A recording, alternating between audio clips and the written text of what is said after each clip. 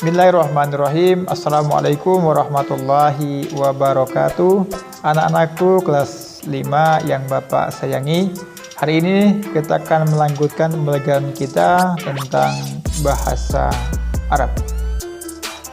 Baik anak-anakku, silakan dibuka bukunya halaman 115 sampai dengan halaman 116. Materi kita pada pagi hari ini tentang mubtadaun dan khobarun.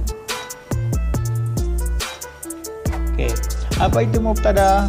Mubtada disebut juga sebagai subjek dan biasanya dia terletak di awal kalimat. Dan khobar adalah predikat terletak setelah mubtada. Insya Allah pada pagi hari ini kita akan mencoba untuk mengkaji mubtada ditambah dengan khobar, tetapi khobarnya jumlah fi'liyah. Apa itu jumlah fi'liyah? Yaitu kalimat yang berisikan kata kerja. Oke, ciri-ciri jumlah fi'liyah ya. Yang pertama dimulai dengan huruf hamzah, ta, nun, ya. Biasanya juga ini disebut dengan huruf mudhari'ah. Oke, yang kedua, ciri yang kedua adalah tidak menerima tanwin, an, in, un.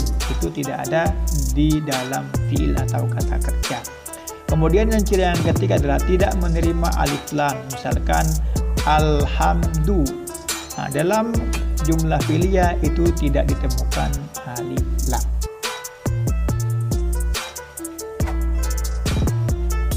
Baik, untuk lebih jelasnya silakan Ananda perhatikan contoh berikut ini ya.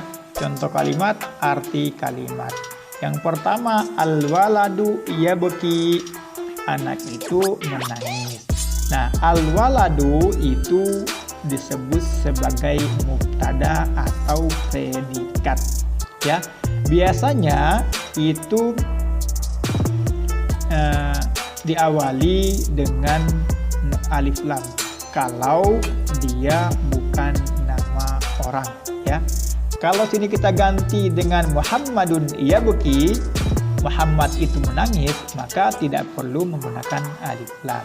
Nah, yang kedua, kalau ada alif lam, maka huruf yang terakhir ini tidak boleh tanwin. Nah, ini tadi disebut sebagai mubtada. Nah, kemudian yabki ini adalah jumlah fi'liyah ya, atau fi'il. Anak itu menangis. Nah, yang tadi Pak Guru katakan bahwa biasanya selalu diawali dengan huruf hamzah, ya, nun, dan ta. Ini dia huruf ya-nya ya. Ini dia. Oke.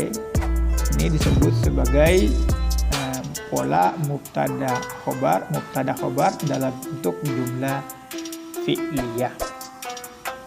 Kemudian contoh yang kedua, al-kittu yafirru, kucing itu berlari. Al-kittu sama tadi disebut sebagai mubtada, ciri khasnya itu ada alif lam kalau bukan nama orang. Kemudian kalau ada alif lam berarti tidak boleh menggunakan tanwin, an, in, un. Yafirru itu disebut sebagai jumlah fi'liyah atau fi'il ya. Tadi seperti saya katakan lagi ya, itu biasanya dimulai dengan huruf ya.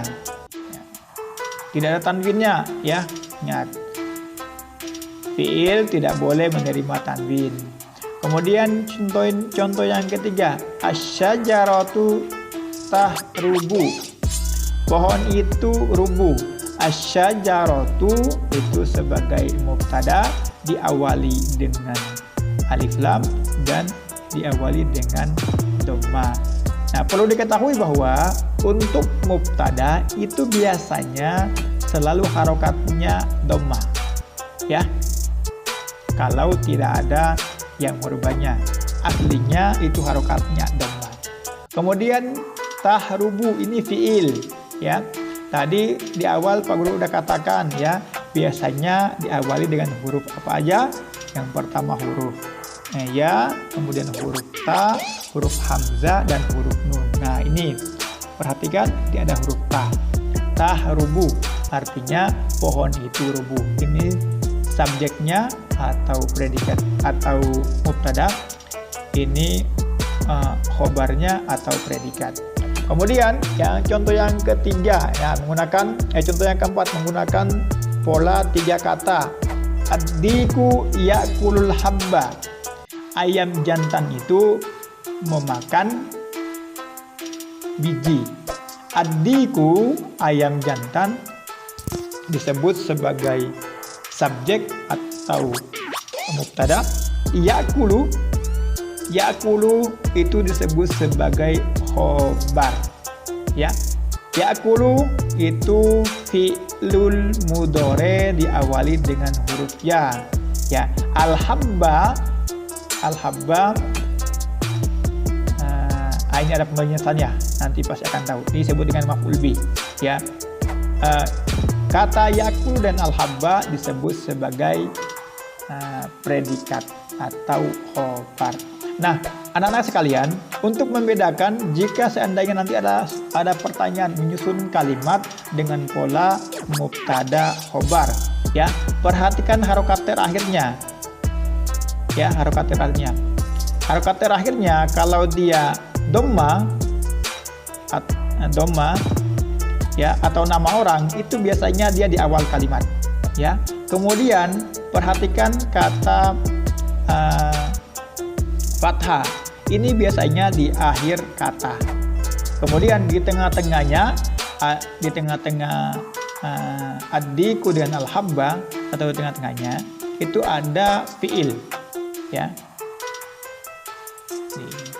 Kemudian yang contoh yang selanjutnya, ar-rajulu yahmilul hakibata.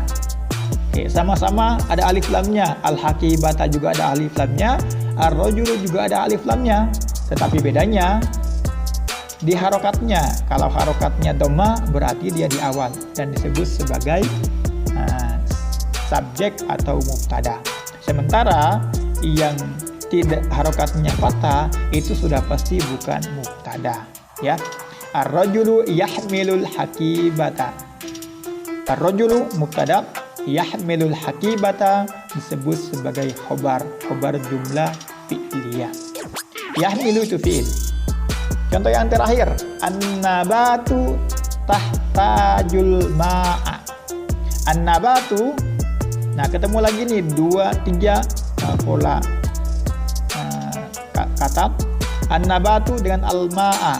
An-nabatu karena harokatnya dhamma, maka sudah pasti dia di awal kalimat. Kenapa? Karena disebut sebagai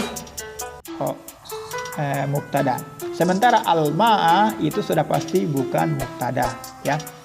Tahtaju. Tadi sekali lagi Pak Guru ulangi. Tadi di awal Pak Guru udah katakan bahwa setiap fi'il itu pasti dimulai dengan 4 huruf tadi, diantaranya adalah huruf ta, ya. Tahtajul ma'a.